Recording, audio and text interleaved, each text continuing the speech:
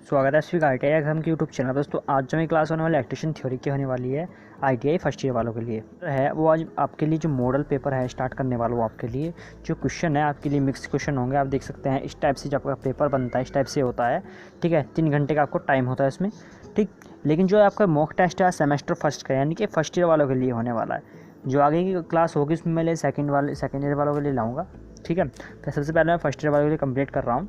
तो electrician theory का जो आपको प्रैक्टिस सेट लाया हूँ पेपर फर्स्ट। ठीक है, जितने भी क्वेश्चन हैं आपके एग्जाम से रिलेटेड इंपॉर्टेंट क्वेश्चन बनते हैं। ठीक है, टॉप 25 क्वेश्चन होंगे। इस तरह के क्वेश्चन जो आपके एग्जाम में, इस तरह का पेपर जो होगा आपके एग्जाम में आता है। ठीक है, तो इस क्लास को जितना हो सके अपने दोस्तों में शेयर करें और क्लास को पूरा देखिएगा। ठीक है, क्योंकि इंपॉर्टेंट क्वेश्चन है आपके एग्जाम में बनते हैं। क्योंकि जो आज की क्लास में जो क्वेश्चन होने वाले सब आपकी बुक से ही हैं। ठीक है, सभी क्वेश्चन जो है आज आपकी बुक से लाया हूँ। और जो एग्जाम में जो पेपर वगैरह बनाते हैं वो ज़्यादातर क्या करते हैं, वो आपकी बुक से ही क्वेश्चन उठाते हैं। ठीक, अधिकतर क्या करते हैं आपकी बुक से ही क्वेश्चन उठा लेते हैं। और क्या जो स्टूडेंट होता है वो क्या कहता है कि जो बुक से क्वेश्चन नहीं आए, बुक से कुछ बाहर से आए, लेकिन नहीं, बुक से ही क्वेश्चन आते हैं। जो आपकी जो लैंग्वेज है थोड़ी चेंज कर देता है, ऑप्शन में थोड़ा सा हेर फेर कर देता है बस एग्जामिनर, बाकी कुछ नहीं करता। ठीक है, जो क्वेश्चन है वो आपकी बुक से उठाता है। अगर आप चाहे तो उन क्वेश्चन को अपनी बुक में भी देख सकते हैं। ठीक है, तो इसी तरह पड़ेगा जो आपको पेपर वगैरह आपको एग्ज़ाम में मिलेगा देखने के लिए। ठीक है, ये ना आपको ध्यान रखना है। तो इम्पोर्टेंट क्लास होगी, इस क्लास को जितना हो सके अपने दोस्तों में शेयर करें ताकि उनको भी इस क्लास का पूरा बेनिफिट मिल सके दोस्तों। ठीक है, आप वीडियो को शेयर नहीं करते हो, अपने दोस्तों में जरूर जितना हो सके इस वीडियो को शेयर करना। ठीक, तो चलिए आज क्लास को हम स्टार्ट करते हैं। कुछ न्यूमेरिकल वगैरह भी इसमें होने वाले हैं। ठीक है, वो सब मैं आपको करवाऊँगा। कुछ न्यूमेरिकल्स हैं, 1-2 न्यूमेरिकल होंगे और जो बाकी के न्यूमेरिकल्स वगैरह रह गए हैं, यानी कि इस एक क्लास और होगी इसके बाद जो प्रैक्टिस सेट होगा आपकी यही सेट होगा। उसके बाद एक क्लास में वो पूरा कंप्लीट हो जाएगा। उसके बाद फिर नए नए ऐसे जो इंपॉर्टेंट क्वेश्चन बनते हैं आपके एग्जाम से रिलेटेड वो मैं आपको करवाता चलूँगा। ठीक, चलिए तो क्लास को स्टार्ट करते हैं। तो पहला क्वेश्चन आप लोगों के सामने है कि निम्नलिखित में से कौन सी विद्युतीय मात्रा नहीं है। ये सब मैंने आपको पढ़ाया हुआ है। ठीक है, आपको यहाँ पर राइट आंसर बताना है। एक सेकेंड में आपको सही से यहाँ पर दिखा देता हूँ। अब ठीक है ना, अब यहाँ से आपको अच्छा दिखेगा। क्वेश्चन पूछ रहा है कि निम्नलिखित में से कौन सी विद्युतीय मात्रा नहीं है। ऑप्शन ए आपका वोल्टेज, बी है करंट, सी है दूरी या फिर डी पावर। 4 ऑप्शन आपके सामने, आपको राइट आंसर बताना है।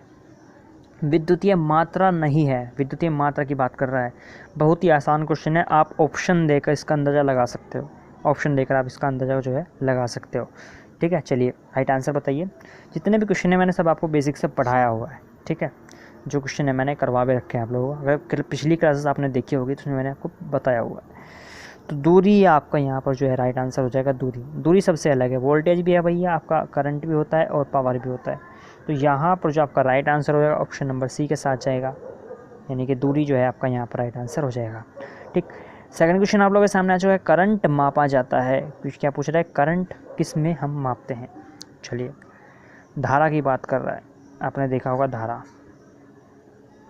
धारा जब भी हम मापते हैं तो उसमें क्या आता है, ए आता है। ठीक, क्या आता है, ए ऐसे आता है। जब भी हम कुछ भी सोल्व करते हैं धारा में तो इस टाइप से ए आ जाता है। तो एक ए क्या होता है, तो ये क्या होता है आपका एम्पियर होता है। क्या, एम्पियर। तो यहाँ पर जो आपका राइट आंसर होगा एम्पियर हो जाएगा। ठीक, चलिए अब बढ़ते हैं आपके अगले क्वेश्चन की ओर। तो अगला क्वेश्चन आप लोगों के सामने आ चुका है कि स्थिर विद्युत का एक ऐसी शाखा है जिसमें, अब आपको ऑप्शन बताना है इसमें राइट आंसर क्या होगा। चलिए, चालकों के बीच के अंतर में ऊर्जा का प्रवाह का अध्ययन होता है, बचे हुए आवेश का अध्ययन होता है, या संचल आवेश का अध्ययन होता है, या आवेशित ऊर्जा का अध्ययन होता है। अब आपको राइट आंसर बताना है किसके साथ जाएगा। तो जो बचे हुए आवेश होते हैं उसमें इसका हम अध्ययन करते हैं स्थिर वैद्युतिक में। ठीक है, किसमें, स्थिर जो वैद्युतिक होते हैं क्या करते हैं इसमें हम, जो बचे हुए आवेश रहते हैं उनका हम अध्ययन होता है स्थिर वैद्युतिक में। इसी में पूछा विद्युत की धारा एक ऐसी शाखा है। ठीक है, तो यहाँ पर जो राइट आंसर है ऑप्शन नंबर बी के साथ जाएगा। ठीक है, ऑप्शन नंबर बी जो है आपका यहाँ पर राइट आंसर हो जाएगा। अब फोर्थ नंबर क्वेश्चन आप लोगों के सामने आ चुका है कि इंडस्ट्रियल अर्धचालक पदार्थ में कितने इलेक्ट्रॉन का संयोजकता कक्ष होता है। ऑप्शन ए है 1, बी है 2, सी है 4 या फिर डी 6। चलिए आपको राइट आंसर बताना है किसके साथ जाएगा। तो 4 आपका जो संयोजक कक्ष होता है वो 4 होता है। कितने, ऑप्शन नंबर सी जो है आपका यहाँ पर 4 होगा। ठीक, चलिए अब आता है आपका अगला क्वेश्चन। अगला क्वेश्चन आप लोगों के सामने आ चुका है कि एक पीएन संयोज धारा का प्रवाहित करता है जब आपको ऑप्शन में दिए गए हैं P प्रकार के पदार्थ N प्रकार के पदार्थ से अधिक होते हैं, ठीक, या अधिक धनात्मक होते हैं। N प्रकार के पदार्थ P प्रकार के पदार्थ से अधिक धनात्मक होते हैं, या फिर N प्रकार और P प्रकार दोनों पदार्थों का बराबर इसमें जो है विभव होता है, या फिर N प्रकार और P प्रकार दोनों पदार्थों पर कोई भी विभव नहीं होता। तो चलिए आपको राइट आंसर यहाँ पर बताना है। तो जो P प्रकार के पदार्थ होते हैं और जो N प्रकार के पदार्थों से क्या से होते हैं, अधिक धनात्मक होते हैं। क्या ऑप्शन नंबर जो है आपका यहाँ पर राइट आंसर ए हो जाएगा। राइट आंसर क्या हो जाएगा, ऑप्शन नंबर ए, ठीक है। चलिए अब अगला क्वेश्चन आप लोगों के सामने है कि प्रतिरोध मापा जाता है। मोस्ट इंपॉर्टेंट क्वेश्चन है, आसान क्वेश्चन है, बार बार रिपीट होता है, बार बार एग्ज़ाम में। आपका ये नहीं कि ITI में जो कंपटीशन है एग्ज़ाम वगैरह भी होते हैं, इसमें भी इसका क्वेश्चन पूछ लिया जाता है, तो इसलिए इंपॉर्टेंट क्वेश्चन है। प्रतिरोध मापा जाता है और सबको पता है, लगभग सभी स्टूडेंट को पता होगा इसका राइट आंसर। चलिए जवाब दीजिए। तो क्या होता है, ओम। ओम, ठीक है, इसकी क्या होती है, ओम होती है, जिसका सिंबल इस टाइप से होता है, ठीक है। तो बी ऑप्शन जो है यहाँ पर आपका राइट आंसर हो जाएगा। चलिए समझ में आ गया इतना। चलिए अब बढ़ते हैं आपके अगले क्वेश्चन की ओर। तो अगला क्वेश्चन आप लोगों के सामने है, जब का प्रतिरोध, ये इसमें दे रखा है जो प्रतिरोध और वोल्टेज जो धारा होते हैं इनका सूत्र क्या होता है। जैसे आप पता होगा जो न्यूमेरिकल वगैरह पूछे जाते थे, इस पर मैंने आपको कुछ न्यूमेरिकल वगैरह भी करवाए हैं इसी फॉर्मूले पर। इसमें जो V है वोल्टेज है, R जो है यहाँ पर प्रतिरोध है, और जो I है वो है आपकी धारा, ठीक है। तो आपको राइट आंसर बताना है किसके साथ जाएगा, ठीक है। चलिए राइट आंसर बताइए, 4 ऑप्शन आपके सामने है। तो एक बात को देखते हैं वो क्या होता है, V बराबर IR भी होता है। अब यहाँ पर इसके कई सारे फॉर्मूले निकल जाते हैं एक ही सूत्र से। सबसे पहले तो हम निकालते हैं V बराबर IR, ठीक। अगर मुझे धारा का मान निकालना हो तो मैं क्या काम करूँगा, अगर मुझे I निकालना हो, ये I है, अगर मुझे ये निकालना हो तो मैं क्या काम करूँगा, जो R है इसको उसके बटे में ले जा लूँगा। तो क्या हो जाएगा मेरे पास, V/R बराबर I, ये हो चुका है। अगर मुझे R का मान निकालना हो तो मैं क्या काम करूँगा, इस I को इसके बटे में ले जा लूँगा V के, और R का मान निकल जाएगा। तो V/I बराबर R। अब आप देख सकते हैं इसमें किसका मान पूछ रहा है। चलिए अब आपको यहाँ पर दिख रहा होगा किसका मान इसमें पूछ रहा है। 3 फॉर्मूले आपके सामने हैं, I बराबर V/R, या फिर R बराबर V/I, या फिर V बराबर IR। चलिए आपको राइट आंसर बताना है किसके साथ जाएगा। तो इसमें I के फॉर्मूले ज़्यादा दे रखे हैं, I के दे रखे ना, तो इसमें आपको देखना है जो V, इसमें सबसे ऊपर क्या आ रहा है, V, I का मान, तो ये वाला फॉर्मूला इसमें लगाना है, यानी कि V बराबर I बराबर कौन सा, I बराबर V/R। तो ये फॉर्मूला इसमें सफिशिएंट है। तो यहाँ पर आपको जो देखना है कौन सा है, तो V/IR। तो ऑप्शन नंबर डी आपका जो है यहाँ पर राइट आंसर हो जाएगा। 3-4 फॉर्मूले बन जाते हैं, मैंने बताया V बराबर IR भी होता है, ठीक। और अगर R का मान निकालूँ तो V/I हो जाएगा। V हमेशा सब पे टॉप पर रहेगा, ठीक है, जो वोल्टेज होगा वो सबसे ऊपर रहता है, इतना आपको ध्यान रखना है। तो ऑप्शन नंबर डी जो है आपका यहाँ पर राइट आंसर हो जाएगा। चलिए अब अगला क्वेश्चन आप लोगों के सामने आ चुका है कि एम्पियर सेकंड इनमें से किसका मात्रक हो सकता है। चलिए 4 ऑप्शन आपके सामने है, आपको राइट आंसर बताना है किसके साथ जाएगा। तो आवेश जो है आपका यहाँ पर राइट आंसर होगा, आवेश, ठीक है। ऑप्शन नंबर डी आपका जो है यहाँ पर राइट आंसर हो जाएगा, ठीक है। इतना समझ में आएगा दोस्तों। चलिए अब बढ़ते हैं आपके अगले क्वेश्चन की ओर। तो 9th नंबर क्वेश्चन आप लोगों के सामने है, पूछ रहा है कि किसी परिपथ सर्किट में के लिए जिसमें 36 ओम के प्रतिरोध के माध्यम से 2 एम्पीयर की धारा प्रवाहित हो रही है, तो वोल्टेज सोर्स क्या होगा। न्यूमेरिकल आपको पूछा है। तो आर का मान आपको देख रखा है, यहाँ पर लिख देता हूँ 36 ओम। आर का मान कितना दे रखा है, 36 ओम, और आई आपको दे रखा है क्या, 2 एम्पियर। अब आपको क्या निकालना है, V निकालना है भैया आपको, V। अब R भी दे रखा है, I भी दे रखा है, निकालना क्या है, V। तो फॉर्मूला कौन सा लगेगा, V बराबर IR, ठीक है, जो हमने अभी पीछे जो क्वेश्चन गया उसमें पढ़ा। तो I की वैल्यू कितनी दे रखी है आपको, 2, यहाँ पर लिख देता हूँ 2 दे रखी है, और जो आर की वैल्यू कितनी दी है 36।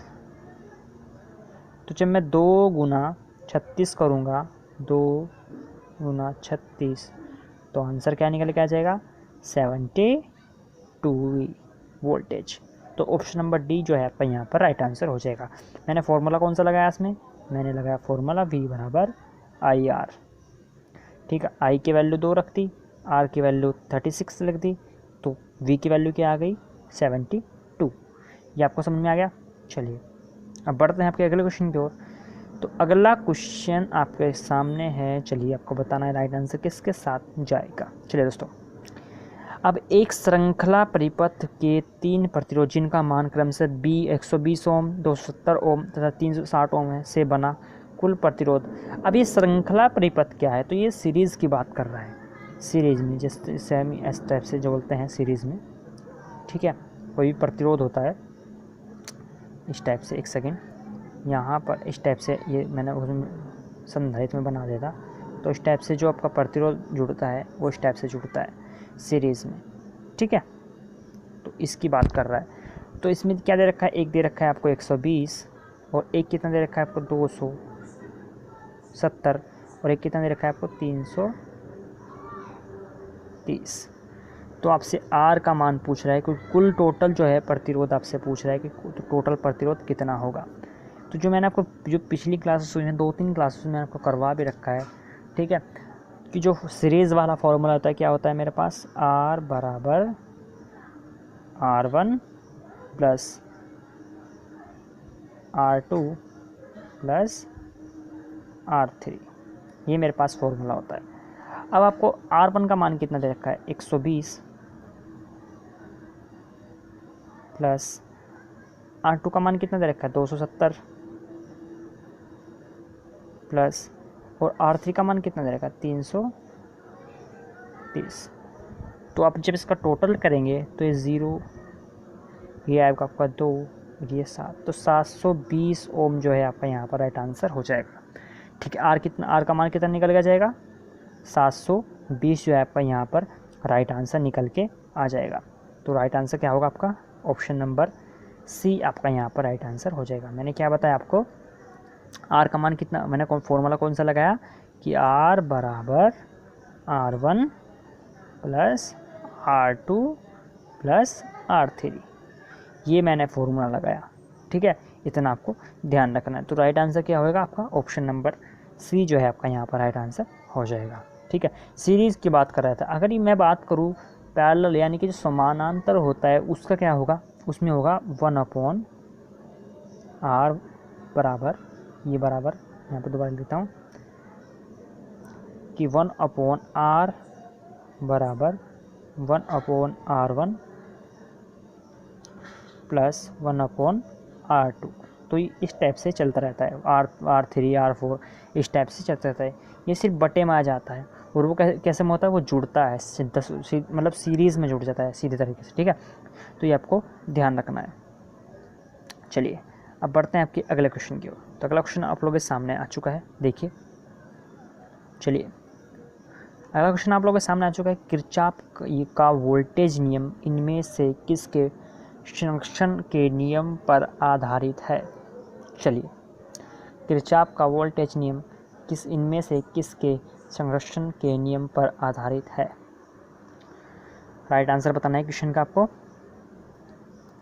तो ऑप्शन नंबर जो है आपका यहाँ पर बी आपका राइट आंसर हो जाएगा, ऑप्शन नंबर बी।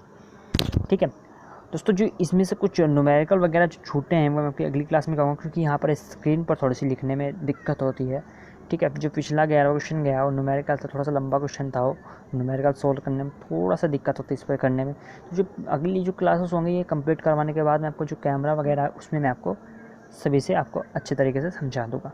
ठीक है, लेकिन यहाँ पर जो स्क्रीन पर थोड़ा सा लिखने में, यहाँ पर ड्रॉ करने में थोड़ी सी दिक्कत होती है, तो अपना को थोड़ा सा मैनेज करना होगा। ठीक है, कोई बात नहीं, जो न्यूमेरिकल वगैरह मैं सब आपको कंप्लीट करवा दूँगा, इसके ऊपर टेंशन लेने की कोई ज़रूरत नहीं है। ठीक है, चलिए तो यहाँ पर पूछ रहा है क्या कि किरचॉफ का वोल्टेज नियम इनमें से किसके संरक्षण के नियम पर करता है, तो ऊर्जा के किस पे, ऊर्जा जो है आपका यहाँ पर राइट आंसर हो जाएगा, ऑप्शन नंबर बी आपका जो है यहाँ पर राइट आंसर हो जाएगा। ठीक है, अब अगला क्वेश्चन 13वां क्वेश्चन आप लोगों के सामने है कि विद्युतीय ऊर्जा का मात्रक क्या होता है। विद्युतीय ऊर्जा का मात्रक क्या होता है? किलोवाट घंटा। ठीक है, किलोवाट घंटा। चलिए अब बढ़ते हैं आपको अगले क्वेश्चन की ओर। तो यहाँ पर जो इसका राइट आंसर क्या हो जाएगा? बी ऑप्शन जो है आपका यहाँ पर राइट आंसर हो जाएगा। ठीक है, चलिए अगला क्वेश्चन आप लोगों के सामने कि किसी एक बिंदु पर मिल रहे सारे करंट का योग शून्य होता है, या किसका नियम है? चलिए कि किसी एक बिंदु पर मिल रहे सभी करंट का योग कैसा होता है? शून्य होता है। तो ये किसका नियम है? किसने ये नियम दिया था? चलिए तो किरचॉफ ने जो है आपका नियम दिया था, किरचॉफ करंट का नियम। ठीक है, किरचॉफ करंट लॉ। ठीक है, तो ऑप्शन नंबर ए आपका जो है यहाँ पर राइट आंसर हो जाएगा। चलिए अगला क्वेश्चन आप लोगों के सामने है कि 15वां क्वेश्चन, किसी प्रतिरोध के विद्युत ऊष्मारोधी का तापमान गुणांक है। चलिए ऑप्शन ए आपका धनात्मक तथा तापमान से मुक्त, बी ऋणात्मक तथा तापमान से मुक्त, सी ऋणात्मक तथा तापमान पर आधारित, अब डी ऑप्शन है आपका धनात्मक तापमान पर आधारित। चलिए तो ऑप्शन नंबर सी आपका जो है यहाँ पर राइट आंसर हो जाएगा। क्या? ऑप्शन नंबर सी आपका यहाँ पर राइट आंसर हो जाएगा, ऋणात्मक तथा तापमान पर आधारित। ऑप्शन नंबर सी आपका जो है यहाँ पर राइट आंसर हो जाएगा। अगला क्वेश्चन आप लोगों के सामने आ चुका है 16वां, किस पदार्थ का प्रतिरोध निर्भर करता है। जो पदार्थ प्रतिरोध है किस पर निर्भर करता है? चलिए तो लंबाई पर, क्रॉस सेक्शन क्षेत्र पर, पदार्थ पर, या फिर डी ये सभी। तो ऑप्शन नंबर डी आपका जो है यहाँ पर राइट आंसर होगा, इन तीनों पर यह निर्भर होता है। ठीक, चलिए अगला क्वेश्चन आप लोगों के सामने आ चुका है कि 2 म्यू फैराड के 4 संधारित्र एक श्रृंखला में जुड़ा है, सीरीज की बात कर रहा है, तो तुल्य विद्युत धारिता कितनी होगी? तो 2 ओम, 4 ओम, 6 ओम, फिर 8 ओम। तो 4 की बात कर रहा है, तो 8 जो है आपका यहाँ पर राइट आंसर हो जाएगा। ऑप्शन नंबर यहाँ पर जो आपका राइट आंसर होगा एक के साथ चला गया, 2, 4, 6 और 8। ठीक है, तो 8 यहाँ पर जो है आपका यहाँ पर राइट आंसर हो जाएगा। 4 की संधारित्र की बात कर रहा था ना, ठीक है, तो सीरीज़ में बात कर रहा है, तो यहाँ पर जो है आपका राइट आंसर हो जाएगा।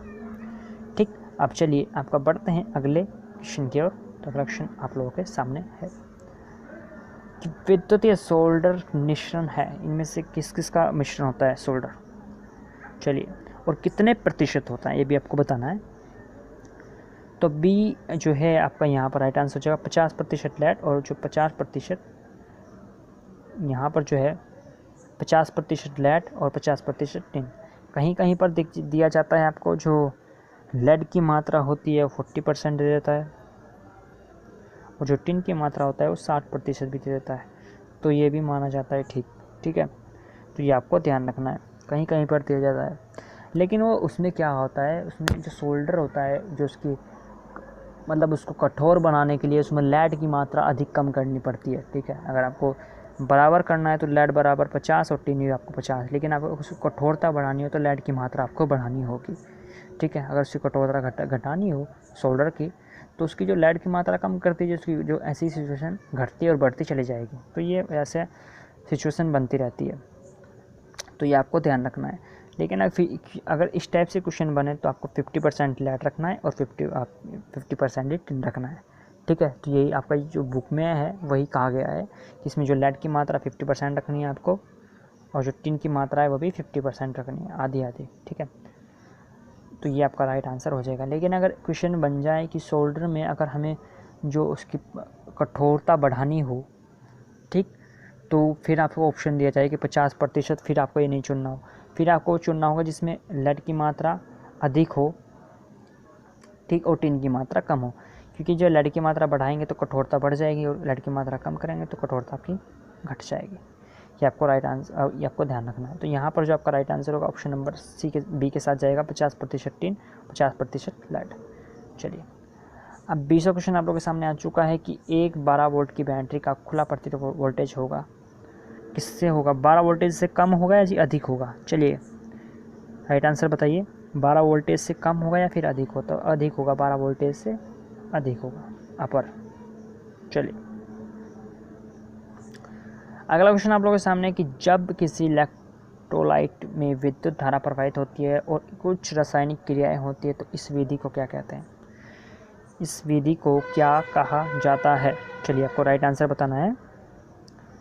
तो विद्युतीय अपघटन इसको बोलते हैं। क्या बोलते हैं? विद्युतीय अपघटन। इलेक्ट्रोप्लेटिंग इनमें से किस पर होती है? इलेक्ट्रोप्लेटिंग इनमें से किस पर? कैथोड पर या एनोड पर या फिर दोनों पर? चलिए आपको राइट आंसर बताएं। इलेक्ट्रोप्लेटिंग जो करते हैं हम, कैथोड पर होती है या फिर एनोड पर होती है या फिर इनमें से कोई नहीं होती? चलिए राइट आंसर बताइए। तो दोनों पर की जाती है, तो एनोड पर भी और कैथोड पर भी। ऑप्शन नंबर सी आपका जो है यहाँ पर राइट आंसर हो जाएगा। अगला क्वेश्चन आप लोगों के सामने आ चुका है कि बिजली घरों में किस भंडारण बैटरी का सामान्यतः प्रयोग किया जाता है? बिजली घरों में किस भंडारण बैटरी का सामान्यतः प्रयोग किया जाता है? ऑप्शन ए आपका निकल कैडमियम बैटरी, बी है जिंक कार्बन बैटरी, सी है लेड अम्ल बैटरी या फिर डी उपरोक्त में से कोई नहीं। चार ऑप्शन आपके सामने, आपको राइट आंसर बताना है। तो लेड अम्ल बैटरी होती है वैसे, लेड उस जो बैटरी होती है उस पर लिखा भी होता है लेड, ठीक है। तो आपको ध्यान रखना है। ऑप्शन नंबर सी के साथ जो है आपका यहाँ पर राइट आंसर हो जाएगा, ठीक। अब जो लेड अम्ल बैटरी चल सकती है, कितने जो उसका डेट होती है, जो एक्सपायरी होती है, वो कितनी होती है, मतलब कितने टाइम तक चल सकती है, आपको बताना है। चलिए आपको राइट आंसर बताना है। तो 2 से 5 वर्ष वह चल सकती है। किसने? 2 से 5 वर्ष। ये इसकी गारंटी वगैरह भी दी जाती है, 2 वर्ष, ठीक है। 2 वर्ष दी जाती है, जिसको 24 महीने अधिकतम बोलते हैं ना कि 24 मंथ की इसकी जो गारंटी होती है, ठीक है। तो ये आपका राइट आंसर है, 2 से 5 वर्ष जो है इसका राइट आंसर हो जाएगा। चलिए लास्ट क्वेश्चन आप लोगों के सामने है कि चुंबकीय प्रवाह घनत्व मापा जाता है। चुंबकीय प्रवाह घनत्व मापा जाता है तो किस में मापते हैं? वो मापते हैं दोस्तों हम टेस्ला में हम ये चुंबकीय प्रवाह घनत्व मापते हैं, ठीक है। तो ये थे आपको टॉप इंपोर्टेंट क्वेश्चन जो मैंने इस क्लास में आपको डिस्कस कराए, ठीक है। आई होप ये क्लास आपको अच्छी लगी होगी। अच्छी लगी तो लाइक कीजिए, शेयर कीजिए, सब्सक्राइब कीजिए चैनल को, चैनल पर नए हो तो, ठीक। तो मिलते हैं अगली क्लास में। आज के लिए इतना ही दोस्तों। और हाँ, अगर आपको कुछ भी डाउट है क्वेश्चन से रिलेटेड, ठीक है, तो आप मुझे कमेंट करना, मैं आपको जो जवाब हो उसका देने की पूरी कोशिश करूँगा दोस्तों, ठीक है। और जो न्यूमेरिकल आपके जो क्वेश्चन छोटे हैं, जो न्यूमेरिकल रह गए हैं, वो मैं आपको जो क्लास होगी कैमरे वगैरह में, तो उसमें आपको करवा दूँगी कि यहाँ पर स्क्रीन पर थोड़ी सी लिखने में थोड़ी सी दिक्कत होती है, क्योंकि जो न्यूमेरिकल थे वो थोड़े से बड़े थे। जो छोटे छोटे न्यूमेरिकल तो मैंने करवा दी, लेकिन जो न्यूमेरिकल आपके रह गए हैं वो थोड़े से लंबे बड़े से थे, तो जो स्क्रीन पर नहीं आ सकते थे। तो इसलिए जो क्लास होगी कैमरे वाली, तो उसमें आपको कंप्लीट करवा दूँगा, ठीक है, जितने आपके न्यूमेरिकल बचे हैं। तो अगली क्लास, एक क्लास और होगी इसी मॉक टेस्ट की, ठीक है आप। और फिर जो क्लासेस होंगी, जो उसके चैप्टर बच गए हैं आपके, वो मैं आपको कंप्लीट करवाऊँगा, ठीक है। तो मिलते हैं अगली क्लास में। आज के लिए दोस्तों धन्यवाद।